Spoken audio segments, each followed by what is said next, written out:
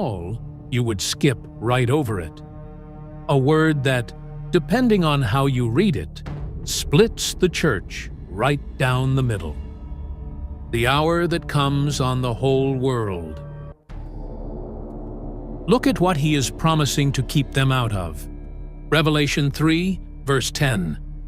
Because thou hast kept the word of my patience, I also will keep thee from the hour of temptation, which shall come upon all the world, to try them that dwell upon the earth. He does not call it a hard season. He does not call it a rough patch.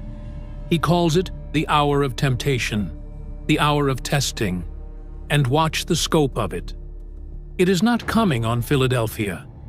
It is not coming on one city, or one empire, or one single generation of Romans.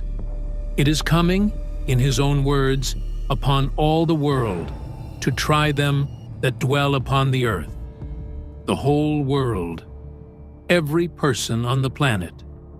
A global hour of testing, unlike anything that has ever happened, falling on everyone alive at the same moment. There is an event the Bible describes in exactly those terms. A future, global, unprecedented time of testing poured out on the entire earth. Many call it the tribulation. To this one small, faithful, persevering little church, Jesus leans down and says, "That hour is coming on everyone, and I am going to keep you out of it." We are staring at one small word now. Underneath the English sits a single Greek verb that carries the whole weight of the promise. The word is keep. I also will keep thee. In the original language, it is the Greek word tereo, to guard, to keep, to protect. Here is the detail that launched centuries of disagreement among people who love God. That one word, all by itself, can be read in two completely different directions. I am going to give you both of them, honestly, fairly, with no thumb on the scale. Reading 1, kept through. In this view, when Jesus says, "I will keep you," he means he will protect his people while they go through the testing. Like a soldier guarded in the very middle of the battle. They are in it, but he shields them. Think of how God protected the people of Israel right in the middle of Egypt, while the plagues fell all around them in Goshen. They were there, but they were kept untouched. The same Greek construction, tereo ek, appears in John 17, verse 15, where Jesus prays for his disciples. "I pray not that thou shouldest take them out of the world, but that thou shouldest keep them from the evil." On that reading, the same construction in Revelation 3:10 would mean keep them from harm while they remain in the world. This is a serious reading held by serious godly scholars, including Robert Gundry in his work on the post-tribulational rapture, Douglas Moo, and many in the historic premillennial tradition. If that is where you land, you are in good company. Reading 2, kept from. This is the one where everything turns. It all hangs on a tiny little preposition welded to that word. The Greek word ek, which means out of.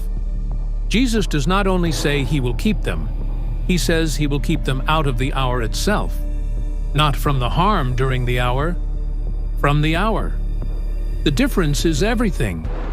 If I tell my child, "I will keep you safe during the storm," that is one thing. If I tell my child, "I will keep you out of the storm altogether," that is something else entirely. On this reading, the most natural force of tereo ek combined with the hour, a specific bounded time period, not just a danger, points to removal, being taken out, before it ever begins. This is the reading defended by teachers including J. Dwight Pentecost, Charles Ryrie, John Walvoord, and Reynold Showers, and it is the reading most dispensational pre-tribulationalists hold. The argument is that being kept out of an hour most naturally means not being inside it. when you walk closely with God, when you genuinely pursue Him, when you are truly watching and waiting for His return. The promise on this reading is that you will be taken out of this earth before that terrible hour ever falls on it. Kept from, not kept through. I have been honest with you. 19, 3 churches, 3 destinies. Here is where it stops being an abstract debate about grammar and becomes the most sobering thing in this entire video. Put 2 of these 7 letters side by side. Watch what happens. To Philadelphia, the faithful, persevering, weak little church. Jesus says, "I will keep thee from the hour. I will take you out of it." Go back to that church I told you, again and again, to remember.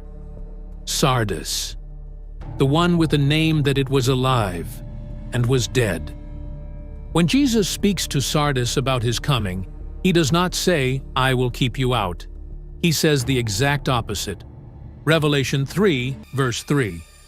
"If therefore thou shalt not watch, I will come on thee as a thief, and thou shalt not know what hour I will come upon thee." Do you hear the difference? To one church, "I will keep you out of the hour." To the other, "I will come on you like a thief, and you will not even see it coming." He never once tells Philadelphia, "like a thief." He never once tells Sardis, "I will keep you out." 2 churches, 2 completely opposite destinies. Both of those churches were full of people who called themselves Christians. Then there is the third one, Laodicea, the lukewarm one, the comfortable one. To them, "Because thou art lukewarm, and neither cold nor hot, I will spew thee out of my mouth." 3 churches, 3 completely different destinies. The dividing line between being kept out of the hour and being caught in it like a thief in the night was not whether they wore the label. It was whether the reality underneath the label was real. Remember the synagogue of Satan, the ones who say they are God's people and are not? This is that exact thing all over again. Now it is pointed straight at you. If there really is an hour coming on the whole world, if there really is a way to be kept out of it, and if no one knows the day or the hour it begins, then what on earth are you supposed to do about it? Let me answer that with a train. Imagine I told you a train was leaving today. Just that. A train is leaving, sometime today, and it is the only one. If you are on it, you are saved. If you miss it, it is gone, and you cannot call it back. Ever. There is a catch. I will not tell you what time it leaves. I only tell you this. It is leaving today, and you do not know the hour. What do you do? Be honest with yourself. Do you stroll up to the platform at 3 in the afternoon, taking a lazy guess, hoping you timed it right, and find nothing there but empty track and the sound of a whistle already fading into the distance? Or, if you truly believed me, if it really sank in that this was the only train and there would be no other, not ever, would you get to that platform at midnight, at the very first minute of the day? And would you stay there? Would you refuse to wander off? Would you keep your bag packed and your eyes locked on the track? Because there is no version of this where you are willing to miss it. That is the posture. That is the entire Christian posture toward the return of Christ. Not date setting, because he told us plainly, we will not know the day or the hour. Readiness. Total, leaning forward, bags already packed readiness. Living every single day as though you are already standing on the platform. A young man was traveling through a dangerous country, a hard, dark place, and he finally reached the one city where he could catch the single flight out, back toward home. He knew exactly when that flight left. Here is the detail that stays with me. He was so terrified of missing it, of oversleeping, of some delay, of being trapped one more day in that place, that he refused to even risk a hotel bed down the road. He decided he would go to the airport and wait there, all night, on a hard floor, if that was what it took. The thought of missing the one way out was simply unbearable to him. Aim that exact feeling at eternity. That is precisely how this persevering church lived. It is exactly how Jesus tells you to live. Here is how he says it, right inside this very letter. Revelation 3, verse 11. Behold, I come quickly. Hold that fast which thou hast, that no man take thy crown. Quickly. He does not say it once. He says it again and again across the book of Revelation. I come quickly. I come quickly. It is not a date on a calendar. It is a heartbeat. It is the posture of a soul that is leaning toward the door. Here is the paradox you have to hold. Plan as though he will not come for 200 years. Work, build, reach every lost soul you possibly can, as if you have centuries of labor ahead of you, and at the very same time, live as though he is coming back tonight. Before you finish watching this, both at once. Luke 12, verse 35.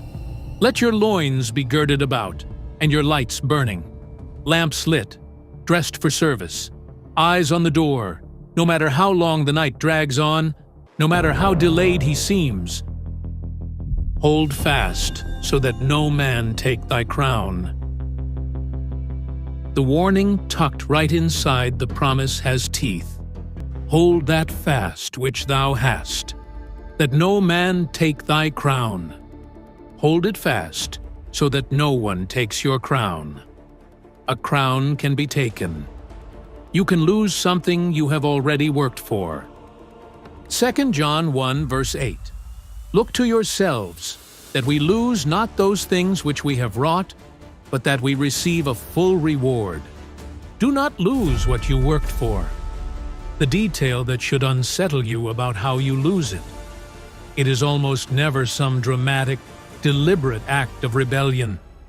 You lose it the way Sardis lost it, by falling asleep. You lose it the way Laodicea lost it, by going lukewarm, slowly, comfortably, quietly. You do not have to renounce a single thing.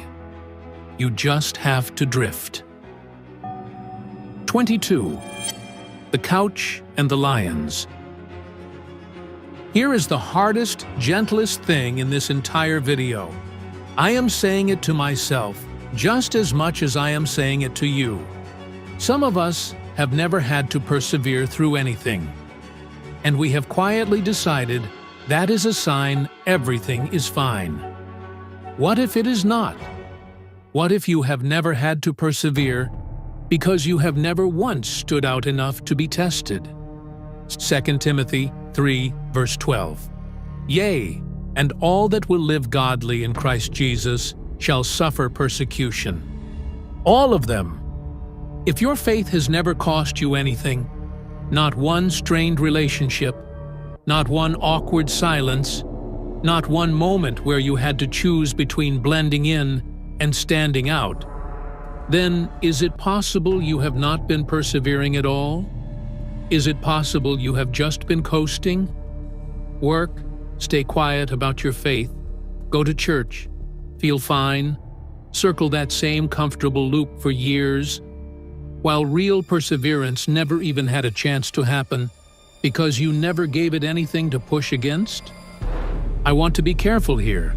There are believers in genuinely Christianized cultures, working in genuinely Christian-friendly workplaces, surrounded by genuinely supportive families, whose lack of overt suffering is not evidence of compromise. It is evidence of grace. The diagnostic is not whether you have suffered, it is whether you would if the price came due.